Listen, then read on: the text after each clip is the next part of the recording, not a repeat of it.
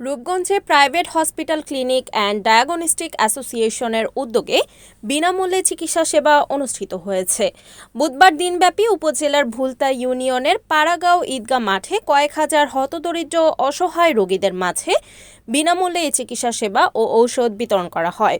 Rupganj private hospital clinic and diagnostic অ্যাসোসিয়েশনের সভাপতি ও নারায়ণগঞ্জ জেলা স্বেচ্ছাসেবক দলের আহ্বায়ক মাহবুবুর রহমান মাহবুবের সভাপতিত্বে উক্ত ফ্রি চিকিৎসা ক্যাম্পে প্রধান অতিথি হিসেবে উপস্থিত ছিলেন নারায়ণগঞ্জ ১ আসনের বিএনপির মনোনীত প্রার্থী মুস্তাফিজুর রহমান ভূঁইয়া দীপু সহ বিএনপি ও এর অঙ্গ সংগঠনের নেতৃবৃন্দ।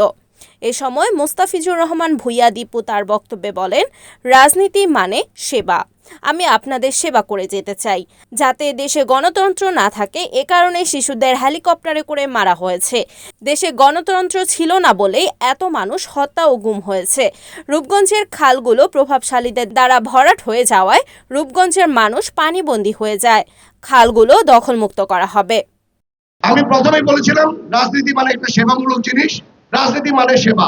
আপনি সেবা করে মানুষের সাথে মিলে চলার জন্য আমরা যত সেবা দিব, ইনশাআল্লাহ আমরা ততই আগামী রাজনীতি করে। আমি আশা করি যদি আমি নির্বাচিত হই, তাহলে রূপগঞ্জে মাদক মুক্ত, সন্ত্রাস মুক্ত, ইভেন দখলদার মুক্ত, মানুষের যাতে চিকিৎসা ব্যবস্থা যাতে পায়, যাতে শিক্ষার জন্য তারা যাতে সুশিক্ষিত হওয়ার জন্য বাচ্চারা যাতে স্কুলে যেতে পারে, এই ধরনের কাজগুলো আমরা সকলে মিলে করার চেষ্টা করব। রিপোর্ট গোলাম মুস্তফা সাগর, NAN TV, রূপগঞ্জ।